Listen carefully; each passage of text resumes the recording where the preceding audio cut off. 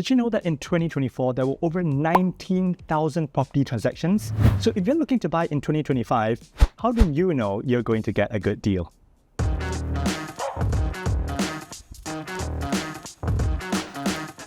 Hey guys, welcome to Expert Answers. I'm your host for today, Zen, and we're going to be addressing your concerns on undervalued properties.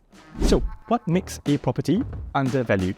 There are three ways that you can define it. So let's talk about the first pointer, that is getting your unit below its desktop valuation. Well, you could try to find some of these in the resale market where some owners are more urgent to sell than others, or you can also get that at bank, mortgagee, or distressed sale auctions. Now, usually these distressed sale auctions transact at around 5% of the market rate. But it isn't all sunshine and rainbows. There are three reasons for that. Number one, when you enter an auction, there are barriers to entry. You need to have your finances fully done up before you go in, and you need to be ready to execute the sale on the spot. So it's not for everyone.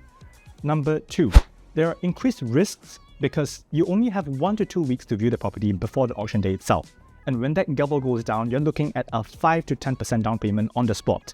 Now that's very large in contrast to resale, where your option fee is usually only 1%. Number three, we have the reserve price. Just because you are the only bidder for that property doesn't mean that that home is yours. There's a reserve price to be met, and if it's not crossed, that property is not going to be sold. In 2024, there were 418 auction listings, of which only 3.6 were sold under the gavel. So, think twice before you think you can get an easy deal from one of these auctions. So in point number two, this is about matching your budget-bound constraints to your specific needs and requirements. So when you shortlist units, basically recategorize it broadly into your specific attributes that you require. For example, unit sizes, its price to condition, which means how original or how renovated it is to your liking, its transportation network, and its facilities. And of course, for your specific needs, if you would like to add in additional criteria, for example, how prestigious it is, does it have city views, does it have views of the ocean, all these things you can add into the table. But as agent, our job is to quantify its physical attributes and match it to your emotional needs. How do we do that? We attach a weightage to each specific segment. So we define value in these aspects based on the unit that ticks the most boxes and is within your budget. And that unit will vary from individual to individual, and that's why a person may end up buying Nasim 19 at 2.3 million. Another person may end up buying a unit in Gedam for 545k. So number three, let's talk about future exit strategy. We have Northvale EC, which is the cheapest three bidder we have at the moment. And if you were to plot it against a recently MOP EC like 100 Palms, you would see that over the past 5 years, it's actually underperformed. So it doesn't mean that cheapest means most value, especially when you're talking about exit strategy. For context, the average 100 Palms residences owner made $970,000 over a 7.5-year holding period. What that means is you're just sitting at home watching Netflix and you make 10k a month. Your home has done that for you. How can you be the next millionaire sitting on your home? Attributes you can look at to find a good deal. Number one, the current project's asking PSF versus its surrounding PSFs. Number two, any URA catalyst and the surrounding value add for the land. For example, new MRTs coming up, new BTO sites, or good schools around that vicinity. Number three, the surrounding units' past performances. How have the neighboring projects fared over the past few years? And number four, understanding your exit strategy audience. Are they upgraders? Are they right sizers? Or are they just pure investors?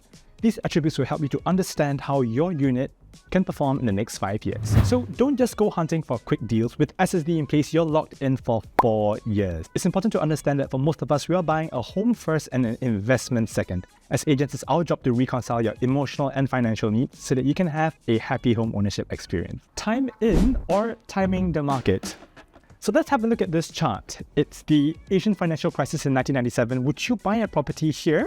Maybe you waited a few years. Would you buy it here instead? How about the dot-com bubble in SARS in 2000? Would you buy it here? Or even COVID-19? Would you buy it here, or would you still wait for the market to drop? So it's only in retrospect that you're able to identify when a property is at a peak or a trough. And for the most of us, it's very hard to accurately predict the market. But the market that we have today is very different. With over 12 cooling measures in place, we are much less speculative, and every Singaporean is buying for their own stay.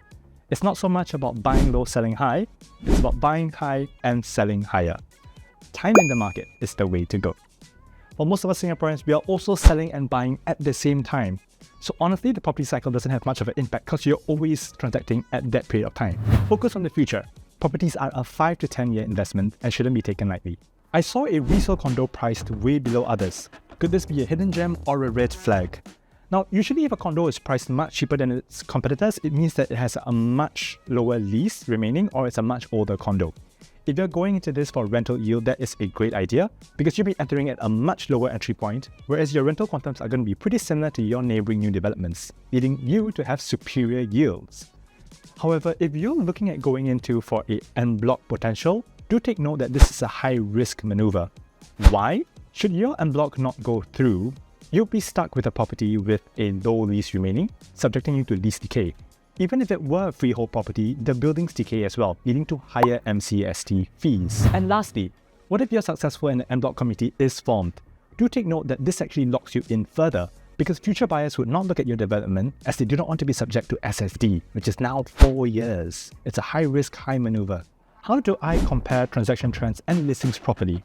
Well, it's important to ensure you're comparing apples to apples, so select projects in the nearby vicinity that have similar tenure, built year, unit counts, and location amenities. What are some signs that a property may be undervalued?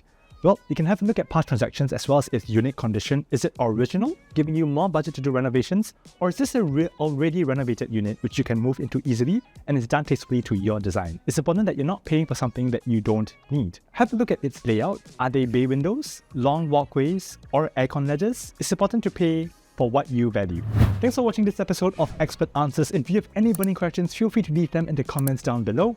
Like, share, subscribe, and I shall see you.